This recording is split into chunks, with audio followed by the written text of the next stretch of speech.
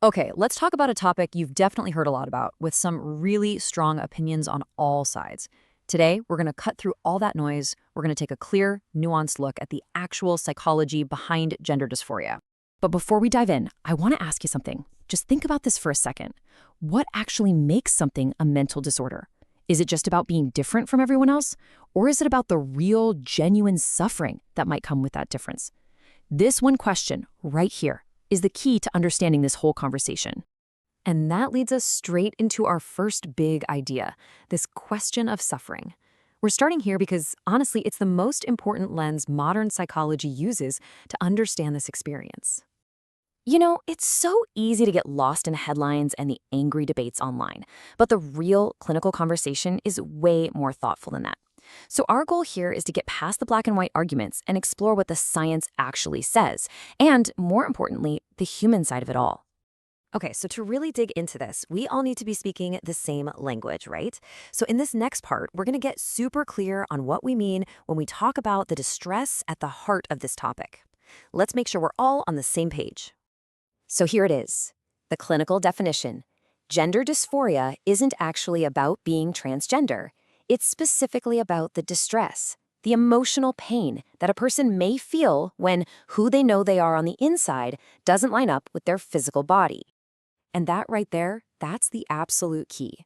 The word we need to zoom in on is distress. For a mental health professional, the label isn't about the identity itself. It's 100% about whether or not there is significant, clinical level suffering. If that pain isn't there, there's no disorder to treat. So when a psychologist is trying to figure this out, they're asking some really practical questions. Is this person in significant emotional pain? Is that pain getting in the way of their daily life, their job, their relationships? You see the pattern here, right? The focus is all on a person's well-being and ability to function, and it very clearly separates the idea of being transgender, which is not a mental illness, from the distress someone might be feeling. And you know what? This whole idea of an inner conflict causing real stress, that's not new at all. It's actually a foundational idea in psychology. Big names like Freud and Jung were exploring this stuff a century ago. The idea that a clash between our inner world and our outer reality can create serious psychological tension. All right, let's keep moving, because like any field of science, psychology doesn't just stand still. It learns, it grows, it evolves, and that evolution is a really good thing. You know, this kind of change in thinking has happened over and over again. Just think about left-handedness. There was a time when society saw it as a flaw, something to be corrected. We look back on that now and think, how could they have gotten that so wrong? Well, science learned, and we moved on. We're seeing a similar shift today, as major players like the World Health Organization are changing their classifications to focus on health and well-being, not on identity as a problem. And this idea, inspired by thinkers like Viktor Frankl, really boils it all down. Psychological pain isn't just about feeling bad. It becomes a clinical problem when it stops you from living your life, from finding meaning, or even just from feeling safe in the world. The goal of therapy isn't to judge someone, it's to help them get back to living. Okay, so this next part is hugely important because a person's feelings don't exist in a bubble. The world around them has a massive impact. Let's talk about the power of support. What we have to get is that so much of the pain we're talking about, it doesn't just come from inside. A huge chunk of it comes from the outside world, from social rejection, from bullying, from family not understanding. That external pressure can be crushing.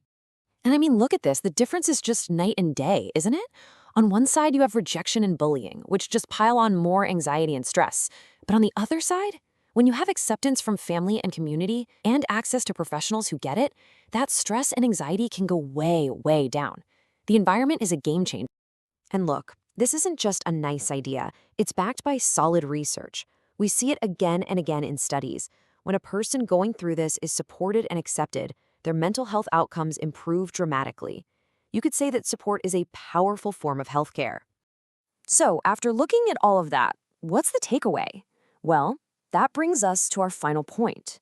We need to start having a completely new kind of conversation about this. When you really step back and see the whole picture, it becomes so clear that arguing about labels is, well, it's kind of missing the entire point. The conversation that actually helps people is the one about understanding, about compassion, and about what kind of practical support we can offer to reduce suffering. Honestly, if there's just one single thing you remember from all of this, let it be this. At the end of the day, the goal of mental health care is simple. It's about helping to reduce pain. It's not about judging who someone is. It's about helping them live a better, healthier life. So I'm going to leave you with a question to mull over. If we all agree that the goal here is good mental health, if the goal is to reduce real human suffering, where should we be putting our energy? Should we focus on fighting over labels, or should we focus on compassion?